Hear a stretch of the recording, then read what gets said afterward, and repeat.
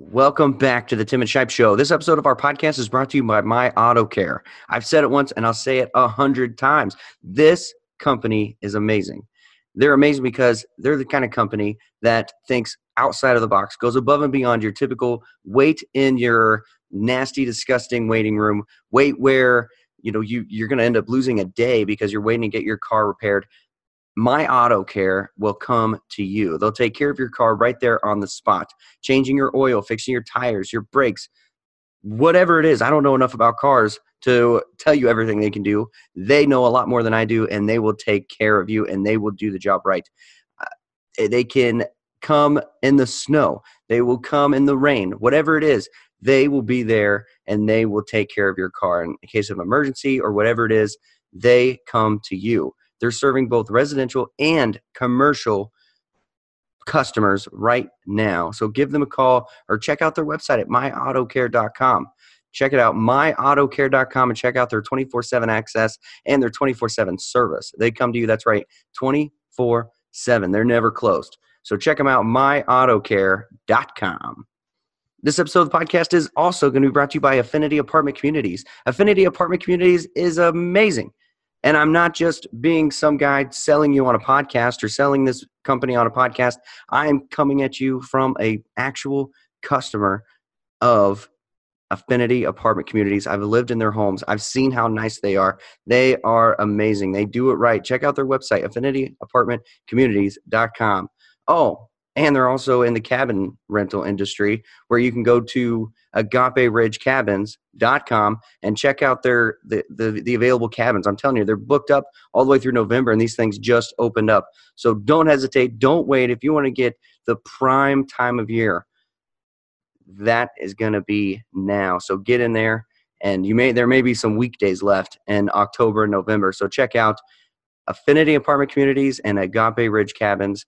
Both of them are done right, and they look good, and they make living comfortable. Check them out, agaperidgecabins.com and affinityapartmentcommunities.com.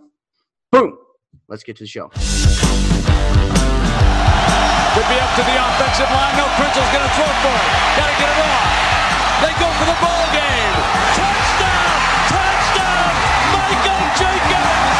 Holy Buckeye! Tebow straight ahead into the end zone, and the Gators have put this one on ice.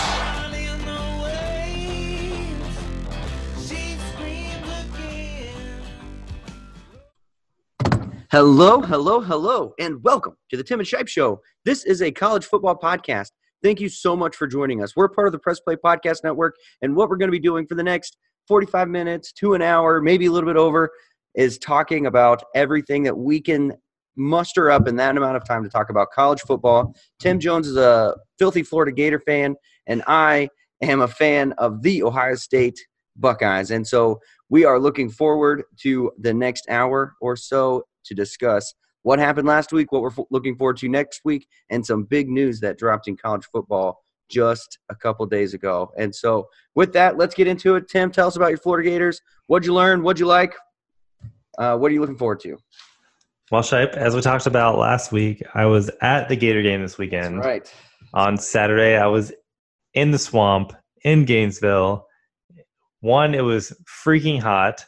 Right. It was like 95 degrees, and like any stadium, it doesn't matter. Like it creates heat. Mm-hmm. Those metal benches. It was an incredible experience. So incredible environment, a lot of fun. Had a great time. Watched the Gators destroy Towson, as we knew they would. But the impressive thing was, I'm not going to brag too much on this game because it's Towson, but watching how Florida's defense overall just dominated Joe Flacco's little brother, because he's a quarterback at Towson. Okay, I didn't know. So yeah, he is. But they're not a good team, but they've still been average. Their team can score. They've been averaging 40 points a game, I think, over the first 4 weeks, and Florida shut them out completely. Wow. And they had a couple of possessions where they were driving a little bit. They got a couple of first downs, and then Florida would just create a turnover.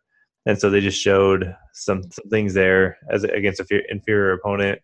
And then the interesting thing was watching P. Ryan could not run the ball. But then they brought Pierce in, and he's more of the downhill runner. P. Ryan's more the catcher out of the backfield, the pass catcher. Mm-hmm. And just watching Pierce just run over people, and he averaged like 9 yards a carry or something. That's in this fun game. to watch. Like, yeah. So Pierce was the man in this game. You kind of saw the transition too, where P. Ryan started, and then Pierce came in, had a couple good runs. They gave P. Ryan like one more chance. He got like a yard, and they just went Pierce until the fourth quarter when they pulled all the starters. So it was a fun game. Definitely an incredible atmosphere, and and obviously I'm a biased fan. I'm a Gator fan. I've been a Gator fan for a long time, but I've been to games in the Horseshoe. I've been to Clemson games at home, and for me, this was the most electrifying atmosphere, even against a bad team. Yeah. Just the history and the tradition that they have at Florida, just like was so exciting for me to be there, and it was just an awesome time.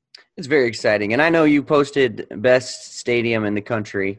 Obviously, I'll give you a little kickback. I think the shoe is better. But speaking from someone who's been in both, which would be Urban Meyer, and I think he actually gives the nod to Florida for the better stadium between those two as well. So, and it's probably something to it. Yeah, I think I saw something where he said Florida has the best stadium in the country. So. Yeah, so there you go. I actually didn't know that, but I do think there's something to say about the heat factor and the humidity it is a home field advantage and that alone. I mean, obviously in the summer and in the early fall, a lot of these stadiums are hot, but the weather there is rough, and it was cloudy and it was still, like I said, it was like 93, 95 degrees when we got there, and I don't sweat easily, and I was sweating. Wow. Like it's hot, you just feel the heat gets trapped in there. And like I said, I've been to Clemson games, I've been to South Carolina games where the humidity level is very high at University of South Carolina too. Yeah. But this was just a different atmosphere. You saw people cramping up all over the place, especially from Towson throughout the game. It's just there is an environmental home field advantage, and there also was just like it seemed like every break the Gators were doing something historic, like something that they've done as a tradition.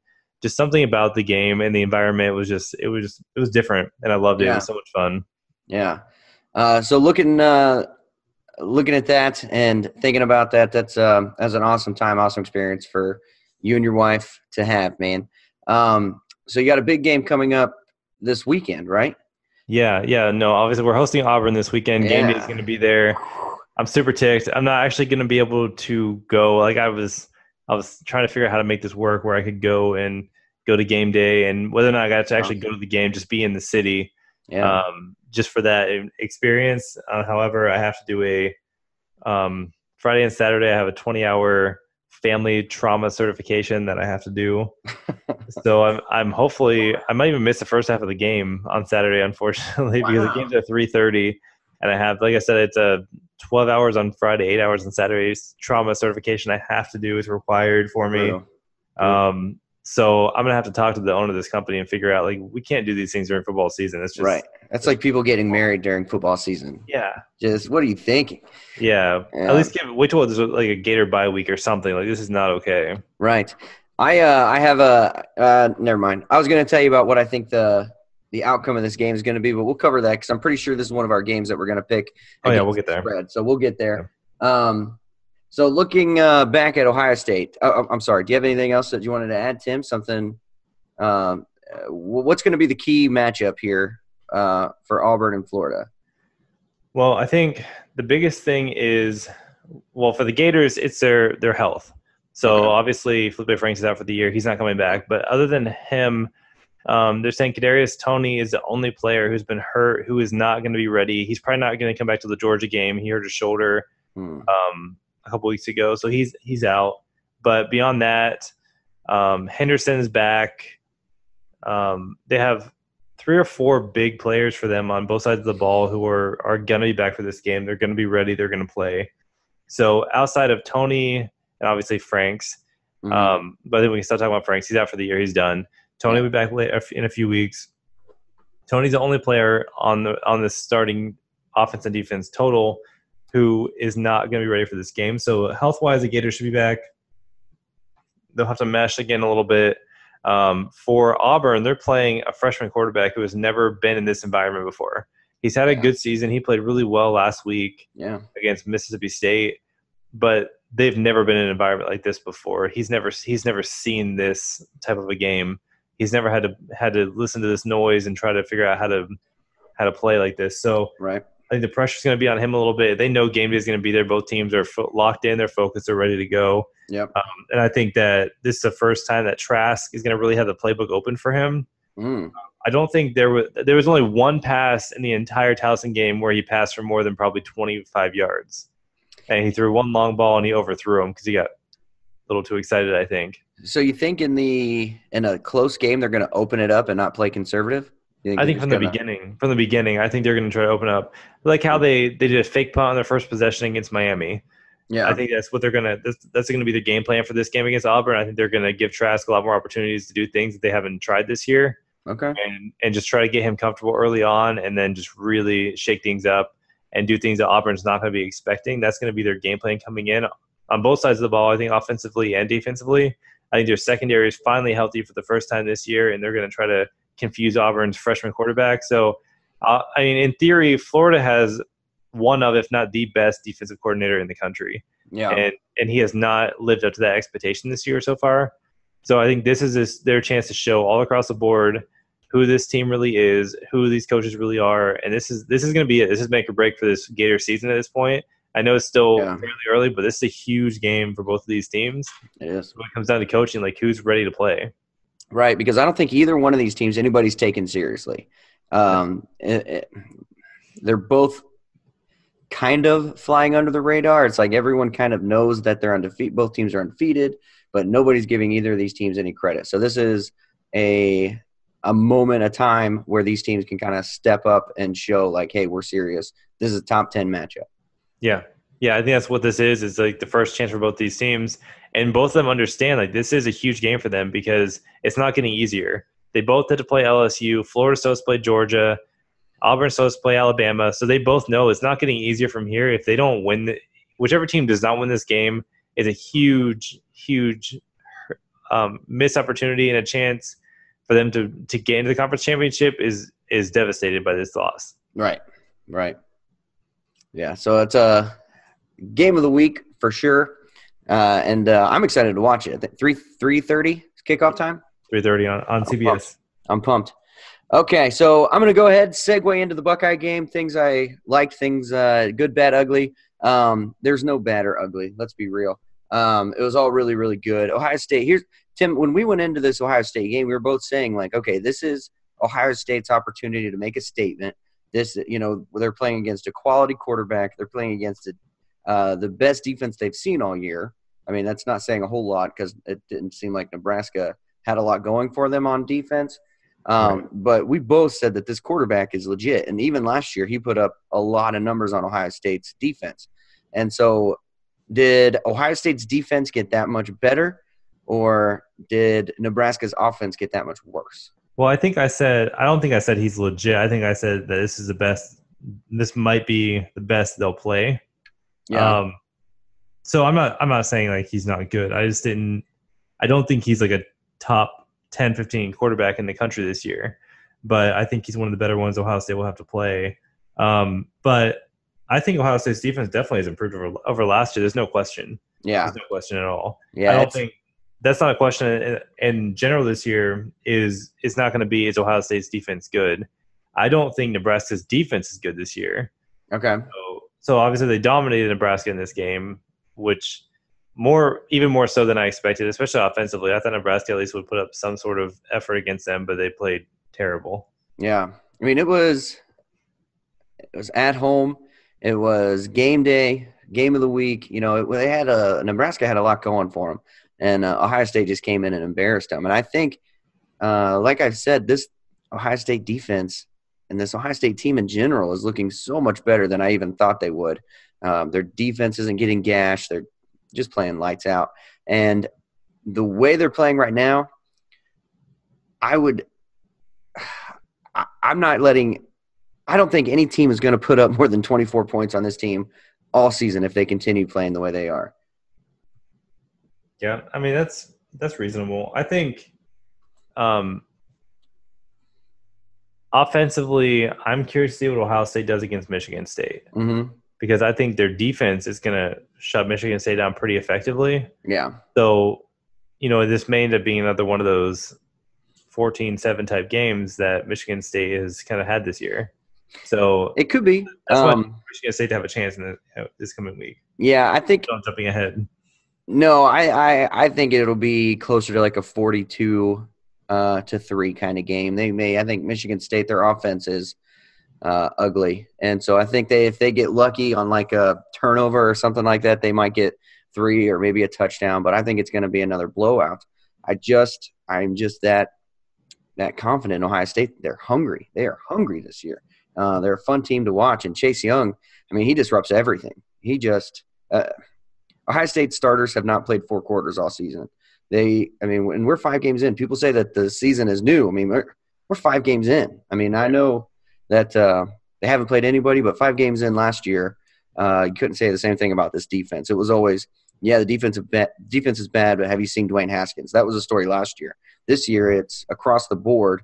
I don't see a weakness where I can say, that's going to hurt us in the long run. I just don't see it. Yeah. Let's finish this conversation because I do want to ask about Dwayne Haskins. Okay. Okay. All right. So last week, Nebraska, everything looked good. I'm becoming a believer in Justin Fields. I know that's been kind of a question mark for me, but I'm becoming a believer because even on those long balls, I mean, they missed by fingertips. Austin Mack had one off his fingertips in the end zone.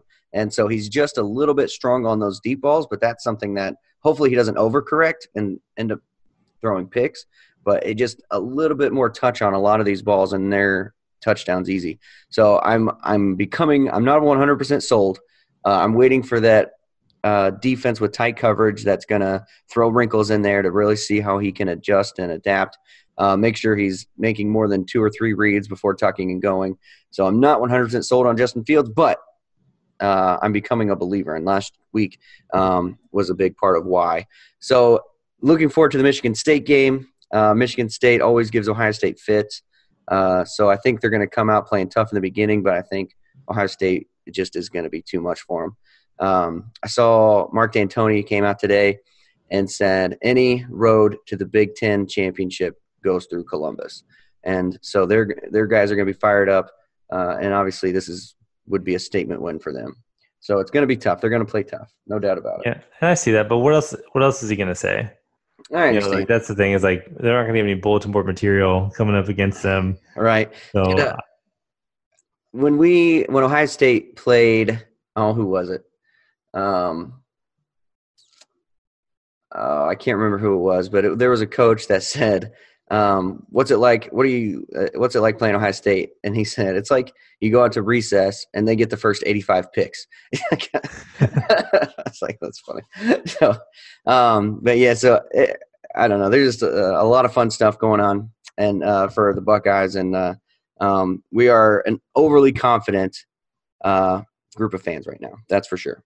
Sure. So, all right. So Tim, let's move on past our teams. And let's talk about the big news that came out. Was it yesterday, today? Can we jump into Haskins real quick? Oh, sure. Yeah. I just want to get your take. Did you see how Haskins did? I know we're a college football podcast, but yeah, this is your guy. No, I didn't see how he did. What happened? Well, he threw 3 interceptions in his first action as a professional. And ironically, which is the part that kind of just touches me in the heart a little bit, I just can't help it. So 2 of those 3 interceptions were caught by Quentin Dunbar, the cornerback out of Florida. So I thought that was ironic. Did Haskins start this game, or was he put in second half or something? I think it was still in the first half, but he was put in. He did not start. Okay. Case Keenum started. He was 6 for 11 for 37 yards, and then the Haskins came in. He was 9 for 17, 107 yards, 0 touchdowns, and 3 interceptions. Yeah, I'm looking at of 26.1. Who's worse, Redskins or Dolphins? Oof. Can we say both? I think the Dolphins slightly, just because they just recently this last couple months they've traded away all the good players they had in their team. Yeah. Yeah, both teams are really bad, and I was kind of hoping that Haskins wouldn't start or wouldn't play most of the season because I don't think Redskins are coached well. They don't have talent around him, and it's just not going to do well for his career to play at this point. Right. Well, they're saying everyone is saying that their coach is fired at the end of the year, regardless. Yeah. At this point, I think that was just like a desperation move to put Haskins in. The coach has said all preseason, he said Haskins is not ready to play.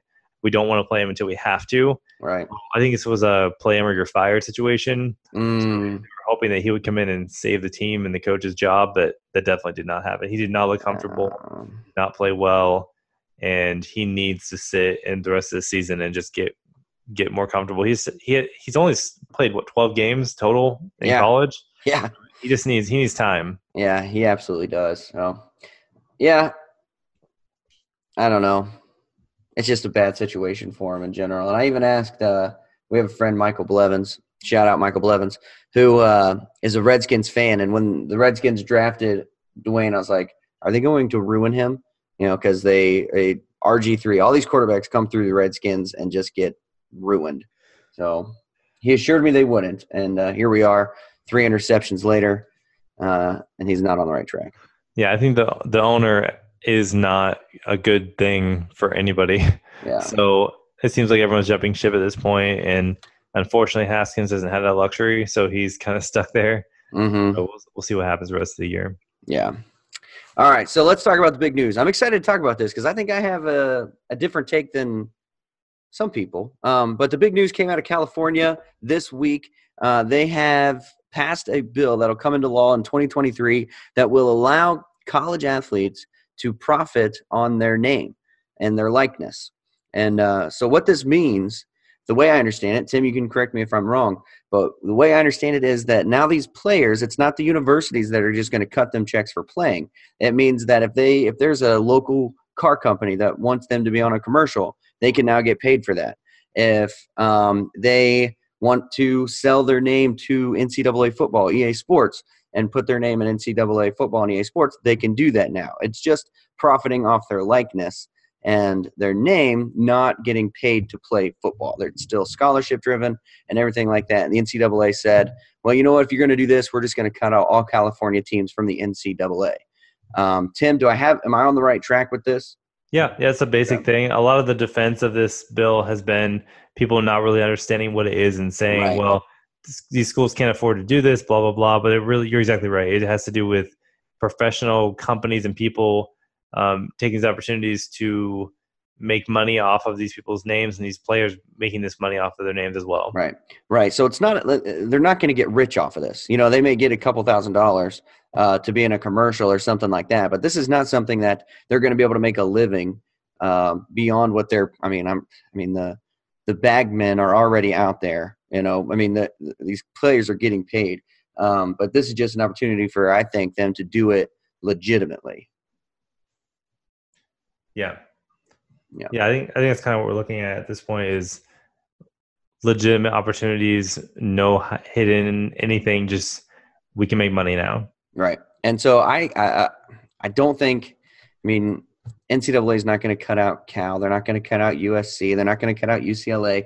These teams are going to be in the NCAA, and this train is going to keep rolling. I think Florida is next. I think New York is next. I think Ohio will follow suit. It's every state is going to roll with this train, and so it's happening. And so the NCAA, they're either going to shoot themselves in the foot, and it's going to end up doing away with all amateurism, or they can get on board and start looking at this objectively.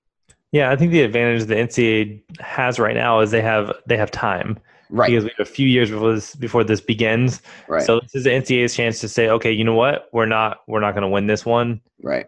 So we either get on board or we're going to lose. Right. Whatever that means, we're going to lose. So I think that this is a good opportunity for them to catch up and to make a way for this to work. Mm-hmm. And honestly, it's going to be interesting to see what happens over the next few years. Yep. Where they do try to go with it. I think they will, and I'm excited about having NCAA football 2024 by that point.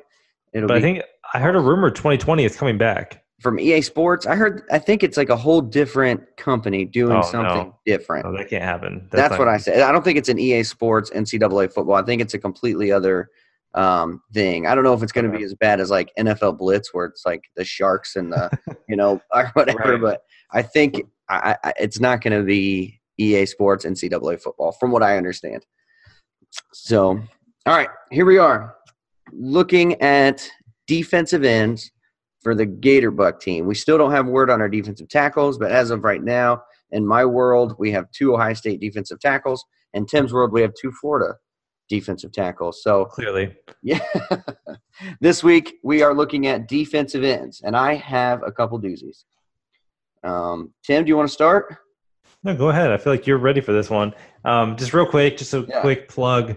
The don't forget HBO, like we talked about last week. Yeah. The 24/7 airs tomorrow night, so make sure you check that out. It should be really good. The Gators planning all week for the Towson game. It's gonna be on tomorrow night, so that should be really interesting. That will be fun.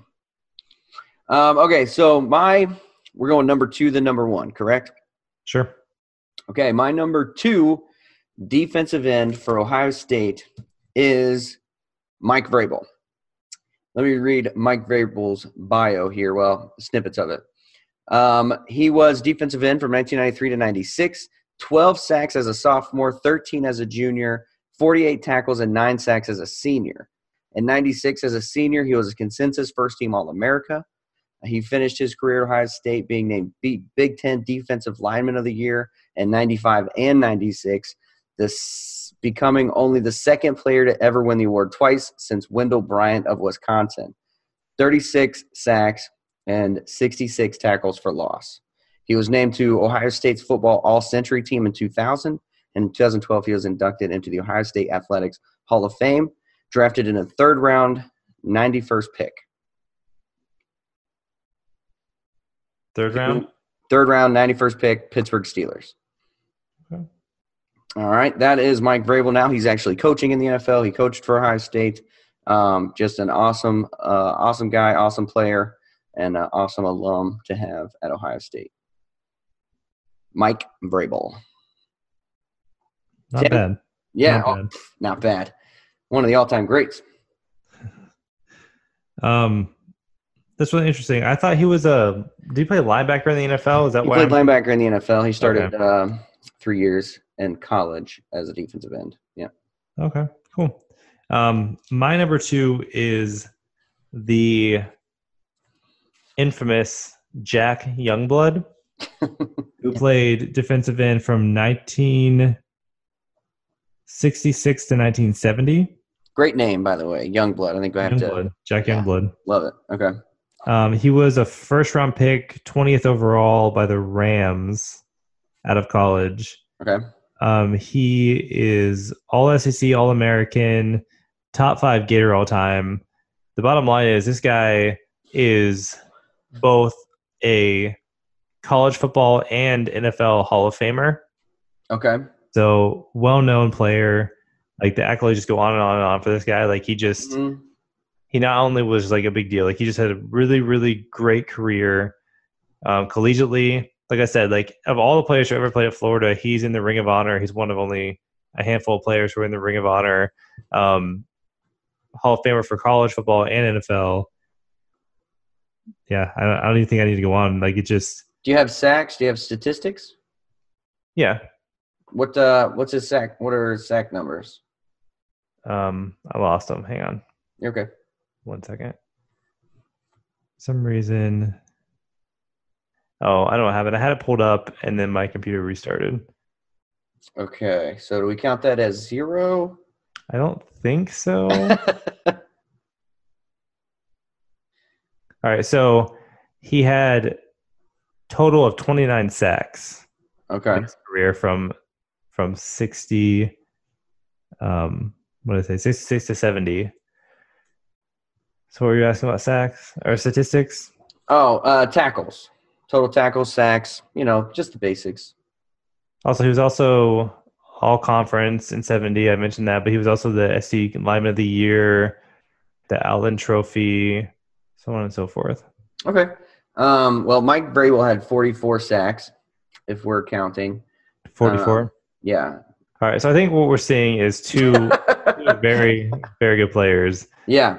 Your guy had more sacks than mine, which is great. I'm going to say more tackles too. Considering that based on nothing. Well, he had 48 in his senior year alone. I did find that he had 48 tackles his senior year alone, and so I'm not. I mean, yeah, technically it is, but I just said he had 58. My guy had 58 in one season alone. Oh, yeah, with 10 sacks. Okay, it was one season. So yeah, okay. I mean it's tough to say. Okay, so I think it'll just have to come down to Chase or whoever we have on to make these picks for us. Your guy who is a solid player or my guy who's a college and NFL Hall of Famer. Either way. Okay. He's Mike Vrabel. Mike Vrabel, Ohio State All-Century team, Ohio State Hall of Fame. I don't even know. I think your guy's really old. I don't know I don't know. It might be – I'm imagining that Mike Vrabel's going to get to the NFL Hall of Fame. He just may be third or fourth ballot. I'm not sure, but I'm pretty sure he's going to end up in the Hall of Fame. I don't know why. I don't think Mike Vrabel's a Hall of Famer at this point. What? I've never heard anybody say Mike Vrabel Hall of Famer. Like, he's old enough to be like an NFL coach, which is great. That's awesome for him. He's done really good things as a coach, but I don't think that makes him a Hall of Famer as a player in the NFL. He'll be there. Okay, so anyway, who's your number one? My number one is Javon Curse. Okay. Known as The Freak.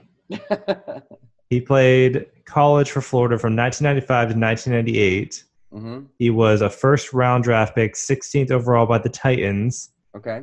He was an SEC and national champion in 1996, All-American, SEC Defensive Player of the Year, two-time first All-SEC team. Okay. Yeah, I think he's just okay compared to Joey Bosa, who –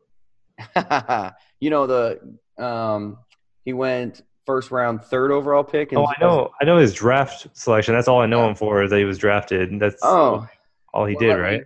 Let me continue here. 101 total solo tackles, 47 assisted tackles, 148 total tackles, whatever. 51 tackles for loss, 26 sacks. He also scored 2 touchdowns in his career. He was the 2014 Big Ten Defensive Player of the Year and 2014-2015 consensus All-American. And again, he's a national champion as well, a big part of why we won the national championship in 2014. And again, he was first round, third overall pick. He's an absolute monster. 6'6", 275 pounds. 6'6". Just a machine. I don't know what 6'6". 6'6". He's huge. He's a monster. My brother's 6'5". That family, my goodness. So yeah. Joey Bosa, best. Give me the rundown again. Sorry, I feel like you ran through it really fast. Okay, so 101 solo tackles. Okay. 47 assisted tackles, equaling 148 total tackles. 3 years as a starter. 3 years as a player. I'm sorry, I don't think he started his freshman year. He alternated. Can't remember. Did he play as a junior? Isn't he the guy who got hurt and didn't play at all his junior year? No, that's his brother, Nick. Oh, that's Nick Bosa. I think they're interchangeable.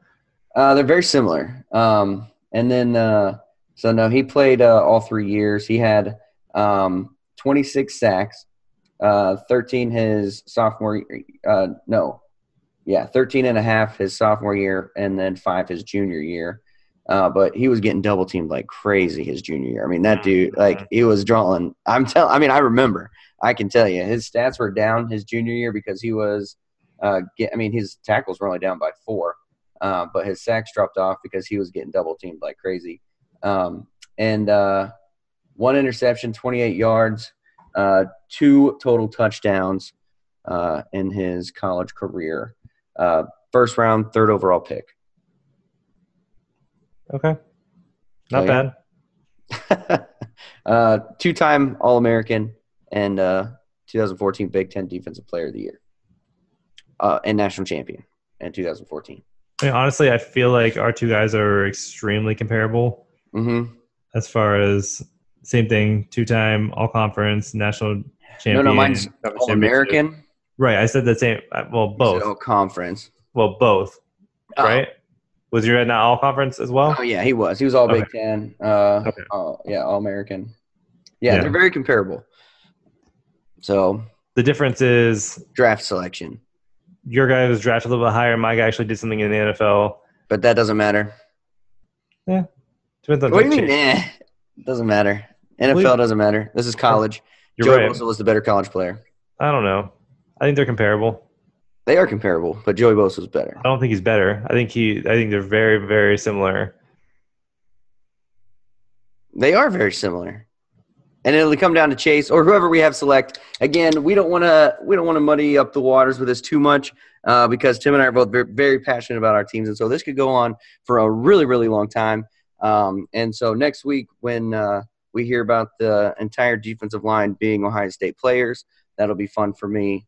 And then we can move on from there to our linebackers because that'll be fun next week.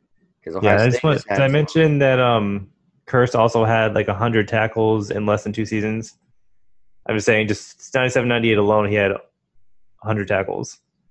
Oh, sure. In 2014, 2015, Joey Bosa had 106 tackles. Okay, so again, very comparable. How many sacks? How many sacks in those 2 years? In those 2 years, 18 and a half. Okay. Yeah, these guys are like weirdly similar. How many did Javon have? He had 15 and a half. Okay. Yeah, so he had less tackles and less sacks. Yeah. And also finalist for the Buckeyes and Lombardi Award. Did I mention that? And he was the Chuck Bednarik College Defensive Player of the Year Award winner. So kind of a big deal. Uh-huh. He left early. They both left early. So it's even more impressive. Yeah. Just wait. Just think if these guys would have played their senior season. I'm just saying 145 tackles, 16 and a half sacks, 6 forced fumbles, 1 interception, 1 recovered fumble, 19 pass deflections. That's just overwhelming. Okay. You can stop. They're very comparable. 148 total tackles, 51 for a loss, 26 sacks, 1 interception, 1 fumble recovery, 2 touchdowns. Yeah. They're basically like the same player. It's just who got drafted higher. Well, it's more than that. Okay, I think that should be the deciding factor since they are so similar. They have basically the same awards. They've had basically the same stats. It's just Joey Bosa was drafted higher so here we are. Based on the fact that you know that. All right. Next up, picks against the spread. One of my favorite parts is our picks against the spread. And last week we were exactly the same on every pick. So Tim, you're still up 4-1. But let's go through those really quick. Florida won by 38, so they easily covered this 33-point spread. Yeah, it was pretty much what it needed to be. It was fine. Yeah. And they didn't play their starters in the fourth quarter, so it was fine. Like it wasn't close. They just did what they had to do, so it was good. Yeah. And then Ohio State obviously covered that 18-point spread. We talked about that. USC at Washington. We both picked USC. Washington was favored by 10.5. What was the actual score of that game? 28-14 Washington. 28-14. So, yeah, we both missed that one. Yeah, surprisingly, it's just like the Pac-12 is just garbage. Like I don't know what to think about any of these teams in this whole conference at this point. Pac-12, ACC, Big 12, outside of Oklahoma, just poo-poo. Yeah, no fun. And then Notre Dame. What was the score of that game? I want to say Notre Dame won by 14 in that one as well. Okay, so yeah, we got that one. So we only missed one last week. Yeah, we did good. We did pretty good. We're good at this. All right, so what do you have for us this week, Tim? What are the games? What are the spreads? Let's roll. So this week we have Iowa at Michigan.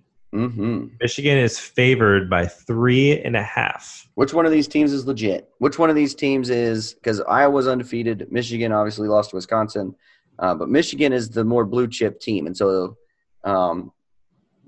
what's the spread on this one? I'm sorry, I missed that. 3.5. Laying them for Michigan? Michigan's favored by 3.5 coming in at home. So basically a toss-up. Oh, it is a toss-up. Who you going with? You want me to go first? Sure. I mean, I have it right now. Go ahead. All right, I'm going Iowa. Yeah, me too. Iowa by a touchdown. I don't trust Michigan. I just No, and I'm going to be consistent. Iowa was in my top 10 to start this year, That's very true. so I'm going to stick with that. Okay. So we're both going Iowa by more than 3.5. Well, they just have to. They can win. They just have to lose by less than 3.5. Right. So That's true. On the road, which Michigan struggled against Army. We'll see. We'll see what Michigan really is. Their chance to show there's something after what they did against Wisconsin a couple weeks ago. Yeah, and this is Iowa's chance, I think, because I think people are still on the fence about Michigan. They rolled last week. They looked really good. So people, I think, in my mind, I'm thinking, okay, do they have a new fire after they got embarrassed by Wisconsin? Or is it just who they played last week wasn't very good? And so they have a chance to – Rutgers is that bad. Let's be honest. They're so bad. Okay. Yeah, so Iowa. What's next? All right, the next game is Michigan State at OSU. Ohio State is favored by 20 points in this game. Okay. Oh, man. You're up. All right. I went – honestly, this again I went back and forth on. Right. I ended up going with Ohio State to cover the 20. Dang, man. I did not think you were going to do that. I didn't want to, but I just don't know what Michigan State is, and I don't know what Ohio State necessarily is, but Michigan State can't score points. They've shown that the last 2 weeks they've beaten terrible teams and scored some points, but against real defenses, Arizona State, for example, they lost 10-7. Yeah. I don't think they can score enough points to do anything, and I think as Ohio State plays throughout this game, they're going to wear Michigan State down. They're going to score some points, especially in the second half. So I think Ohio State's going to end up winning this game. It'll probably be like 24-3. Yeah. I'm thinking like a 35-0, 42-7, something like that. Maybe 35-3. I think it'll be big. Big win for Ohio State again. People are going to start being believers. People are still – I saw Joey Galloway still has Ohio State at number 5, which is interesting. I don't understand. This is Buckeye. It hurts you? It does, but he's consistent because we'll get into that when we do our top 5, when we do our top 6. All right, what's our next game? So the last game and the biggest game of the week is Auburn at Florida, and Auburn is favored by 3 points on the road. Okay. I'm going to go Auburn on this one. Yeah, I'm going to go Auburn. I think they're going to win by 21 points. So here's what I was telling Tim before the show. Here's what I think is going to happen with this game. I think one of these teams is going to get exposed as a fraud. I think it's going to be Florida. I'm sorry, Tim, but I think Florida's a fraud. And I think Auburn is going to absolutely blow them out by 2 or 3 touchdowns. And here's what it comes. I think either Auburn or Florida's a fraud. And so either I think Florida is going to win by 14 to 21 points, or I think Auburn's going to win by 14 to 21 points. I don't know which team is a fraud, but one of these teams is a fraud, and one of them is going to get exposed this week by similar competition. And so I think it's going to be Florida. I think Kyle Trask hasn't had to throw into real tight coverage. He may be great. He may be the next best thing, but he lost out to Felipe Franks, who I wasn't too high on to begin with. And so I don't think Trask is what this team needs to be great. I think Florida may lose 4 games this season. So I think this is going to be the first one, and it's going to get embarrassing for them. Sorry, Tim. No, that's your opinion. You're entitled to your opinion. No, I think this game is going to be close. I think we have 2 very inexperienced quarterbacks playing against each other. Yep. Like I said earlier, I think the difference is I'm still picking Auburn to cover this because – not to cover, but I'm still picking Auburn. Yeah. Because I'm scared, and I don't want to lose – I don't want to double down and lose both. So I pick Auburn just because I hope that – I hope Florida wins by 21 points. Yeah, exactly. I mean, if Florida wins by 21 points, I'm like, yes. At least if it's like a consolation prize, I guess, at this point. Okay. That's the only reason I'm going with Auburn here. I think we have 2 inexperienced quarterbacks. I think that both of them have a lot to learn still. I think that Auburn is going to be a little bit overconfident based on what they did last week, but they played Mississippi State last week, who is not very good. So I think that Florida is going to be ready. I think they've had a couple weeks for Trask to get comfortable in the offense. He looks incredibly comfortable. He's making good decisions for the most part. There was one play last week where he threw straight to two defenders, no offensive player around, in the end zone, and thankfully they sucked and they dropped it. But overall, he's made really good progressions, really good reads, and played well. And so I do believe that this is going to be a close game. I think Florida at home is going to be a huge advantage. Like I said, I'm just picking Auburn to cover this just based on the fact that I don't want to lose twice over on Saturday because that's just too much. Yeah. Can I get some kind of point if Auburn wins by 21? Some kind of, I don't know. I should get something for calling a blowout. I think you should give me something. I think I should get a point if Auburn wins by 21 since I'm calling it right now. Huh? We can talk about it. All right. So let's wrap that part up. We have we both have Iowa, we both have Ohio State, and we both have Auburn. So no changing this week unless Tim gives me a little something, a little extra point for calling a huge blowout by Auburn. Because I think it's going to happen. All right.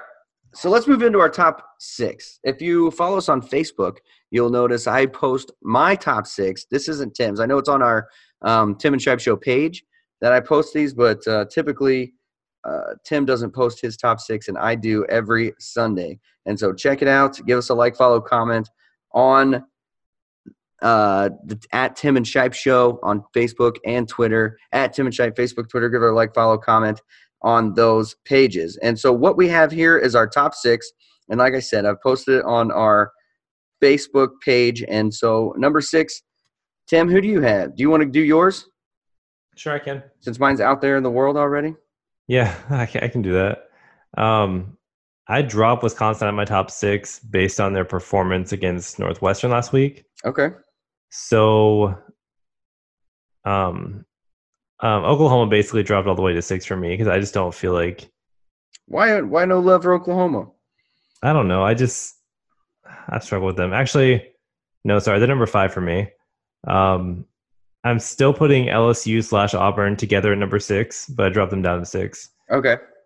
So that's really where I am with them. Because I can't – they're interchangeable for me still. They're the same team. At this point, this weekend will change all of that. So I have LSU/Auburn at number 6. Sorry about that. Okay.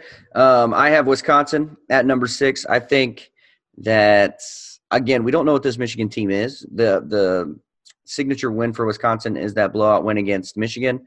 And, again, we don't know what that is. But I think regardless of what it is, I think Wisconsin will be undefeated when they play Ohio State, and Ohio State will be undefeated when they play. And so I think that they'll be top 6 by the end of the year, and that's what we're going off of. And so I think that the West is just that bad to where Wisconsin could be at least ranked at 6. Well, I think AP and the coaches poll disagree with you there. Yeah. I think they have them at 8 and 9. Yeah, well, they disagree with me on a lot, and that's okay. Yeah, sure. Number 5? Number 5, I have Oklahoma, like I said earlier. Right.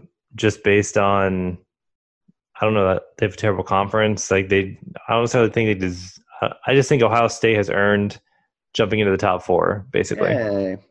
Okay. Well, I have Clemson at 5. They were outplayed, outcoached. They didn't even have the best quarterback on Saturday. He was outplayed. What's his name even? I forget. Trevor Lawrence, yeah. Was totally outplayed by Sam something or other. And this Clemson team is having a sophomore slump. They are not what they used to be. They remind me a lot. Do you remember when Ohio State won the national championship in 14? They were the first consensus number 1 going into 15, and they struggled throughout the entire season, winning close games, not looking good, had flip-flop between quarterbacks. I know that's not Clemson. They're not going to flip-flop between quarterbacks, but that was Ohio State. Had all the talent in the world, but couldn't put it on the field. Had Zeke Elliott, Joey Bosa. They were all back and couldn't produce on the field, and the year after they won a championship. And I'm seeing a lot of similarities between Clemson and Ohio State. And just like for Ohio State, it's going to bite Clemson in the butt, and they're going to lose at least one game.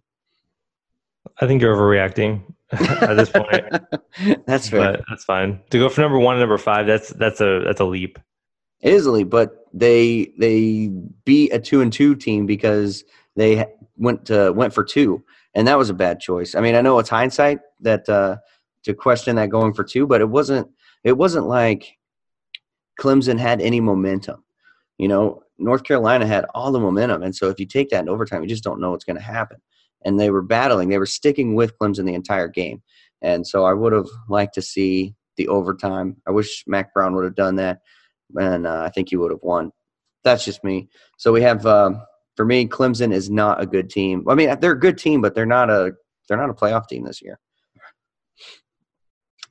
Number 4. Number 4, I put Ohio State. Okay, I have LSU. Why only 4 for Ohio State, Tim? You sound like the AP poll. No, that's a jump. That's a jump for them. Like I'm not celebrating yet that they beat Nebraska.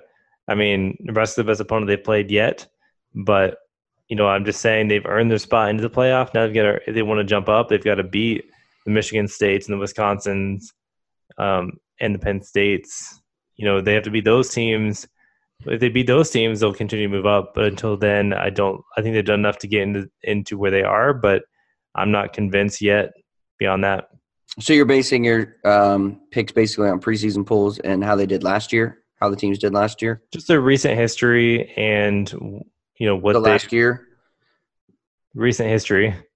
Last year? You're taking last year? Are you taking last year? Not just last year. The last couple years. The last 2 to 3 years. Okay. For example, Alabama lost to Clemson last year, but they won the year before that. They won the whole thing. Right. So, they got embarrassed last year, and they're worse this year. I don't know. Like that's debatable, I think. Okay. But yeah, we'll get to that. But yeah, right now I think just based on recent history, that's really where I'm looking at with teams right now, because a lot of these teams are not really playing good teams yet. So right. That's why I think that you have to be basing this a lot on last year, because Clemson and Alabama have played similar teams to Ohio State, but you still have them ranked above them, and it seems like Ohio State just barely eked into your top 4. Well, Alabama and Clemson play each other 4 years in a row, so it's not just one season I'm looking at. Okay, so but Tim, you can't just look at – all right, we have different opinions on this. We could talk about it all day, because I don't think you can look at even Ohio State when they won the national championship at 14. They weren't the same team in 15. From 15, they weren't the same team in 16. Same with Florida. Like, look at Florida 3 or 4 years ago. It's not the same team. And so if you're taking these teams and you're putting in what they did previously in previous seasons, I think that's ludicrous. I think you have to look at this season and this season alone. And Ohio State has done just as good, if not better, than Clemson and Alabama. Well, Ohio State and Florida, for the 2 examples you gave, they don't have the same coach they had 2, 3, 4 years ago. Whereas Alabama, their coach has been proven year in, year out, even if he doesn't have the best team on the field, he does when it matters. Obviously, the championship last year was the exception, but that was if I'm not mistaken, that was the worst loss he's had at Alabama in his career there. Yeah, and it seems like everybody's forgotten about that. That Alabama wasn't worthy of being in the championship game. They coasted throughout the entire season, regular and playoff, and got in the championship game, and they shouldn't have been there. They got embarrassed, and nobody remembers. But when Ohio State gets embarrassed by Clemson, they don't come back to the playoffs. It's just drives me crazy. Well, the difference is Alabama didn't lose to bad teams before they got to the playoff. No, I'm talking. No, I know what you're saying. You're saying it's Clemson a few years ago. What I'm saying is Ohio State would have been in the playoff last year if they hadn't gotten embarrassed in the middle of the season against a really bad team. Alabama at least waited till they got to Clemson before they got embarrassed. Yeah, so, I hear you. Point that out. Yeah, I hear you, but I don't think. But do you remember when Ohio State won the Big Ten and Michigan State got the nod over them? It was because Ohio State got embarrassed by I fully believe it's because Ohio State was embarrassed to Clemson the year before in the playoffs. Yeah. And they wanted to roll the dice on Michigan State. And so then they got embarrassed and they got smoked. So I don't know why people forget about Alabama getting just demolished by Clemson last year and coasting through the regular season, not even deserving of being in the championship game when it all came down to it. So, all right, we'll move on. You and I will disagree forever on this, and we'll go back and forth for days if we had the enough space to do so. So number 4 for me is LSU at the bottom of my number 4. I think They have an offense. The funny thing about LSU is that their defense struggles. Their defense is the weak part of this team, which is not historically LSU football. But Joe Burrow is just playing that good. Yeah. 3? My number 3 right now is Clemson. Okay. About that for number 1 and number 3. Okay. And that has to do more, I think, with my number 2 than it does with Clemson. I think Clemson, I'm not going to overreact to this loss. I know Clemson hasn't played up to their expectations so far this season, but I do think that they're going to continue to improve. They have a really young, especially obviously their defensive line is brand new. Yeah. I mean, offensive have been some of their issues this year, but I think that they may have some distractions early on. They haven't been as good as they were expected to be. But I'm not going to completely overreact to that yet. I'm dropping them from number 1, number 3, but I'm still leaving them in my top 4 as of right now because the ACC is still trash. Okay. I have number 3, Alabama. They gave up 31 points to Ole Miss, and again, their defense is not as good. This is not a great team. Their offense is making up. They're scoring a lot of points, and so it's so they're still winning by 20 or 30 points. But they gave up 31 points to Ole Miss. Their defense is not great. And I'm not like someone who defends Alabama and that's not their fault. But the reality is a lot of that's garbage time too. They gave a lot of those points up in the second half. I'm not considering that to be it's a huge concern at this point because if I'm not mistaken, a lot of those points were scored in the fourth quarter. Yeah. And they were already up huge. They were up by a lot of points at that point, and they allowed the other team to come back and score points, but it wasn't something, in my opinion, they need to be concerned about at this point because they were up huge before they got to that. Yeah.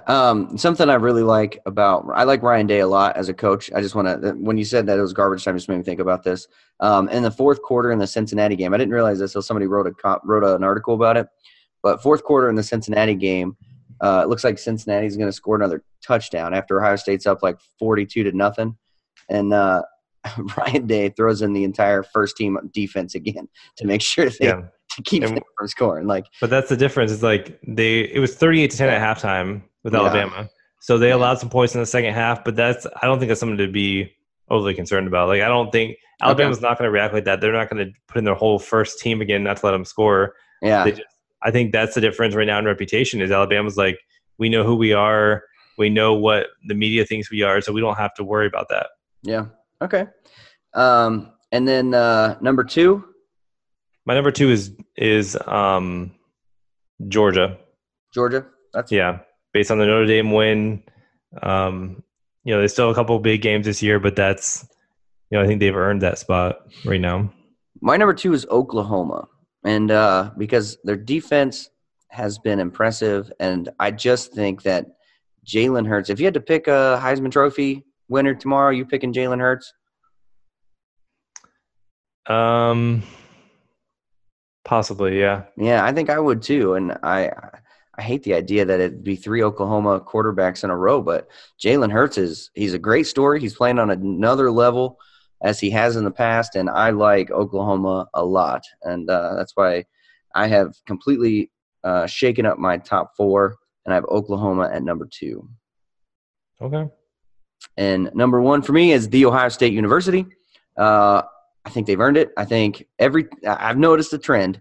Every time a commentator calls a Buckeye game, that very day they rank Ohio State number 1. You had it with Joel Klatt. You had it with Kirk Herbstreit. And then even Paul Feinbaum's putting them number 1. Mark May, known Ohio State hater, is putting Ohio State number 1. People who watch this team and see this team realize that they're playing on a different level than every other team in college football. So Ohio State is my number 1 as well. Yeah, I think you're overreacting at a couple different levels here in this top 6, but you know what? That's your top 6. That's fine. Right. That's right. My number 1 is Alabama still, or now, not still. They were number 2. They're my number 1. Yeah. Like I said, they gave up some points in the second half that don't scare me at this point. I think they have the best. I think he still is the best quarterback in the country. They're not running the ball still as well as maybe we would want them to, or they would want to. But their offense is just absolutely ridiculous. So they're my number 1. You just have a big crush on Alabama. That's all it is. That's definitely not it. I'm kidding. I know.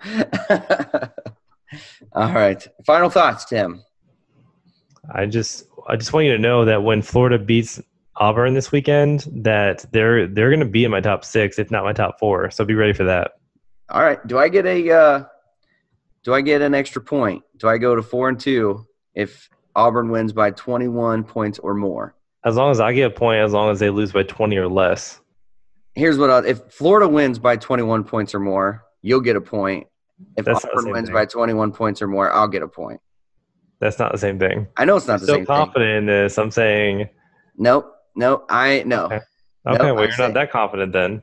Well, I think that's more of a fair bet. The 21 points either way, I think that's fair. Otherwise, neither one of us get a point, and that should be just how it is. So I think it's got to be one dramatic thing or the other. So we're just going to be a wash this week, I guess. Regardless. Yeah. You're not going to go 21? No, because I don't feel that confident that Auburn's going to win by 21? I mean, it's a win-win for you.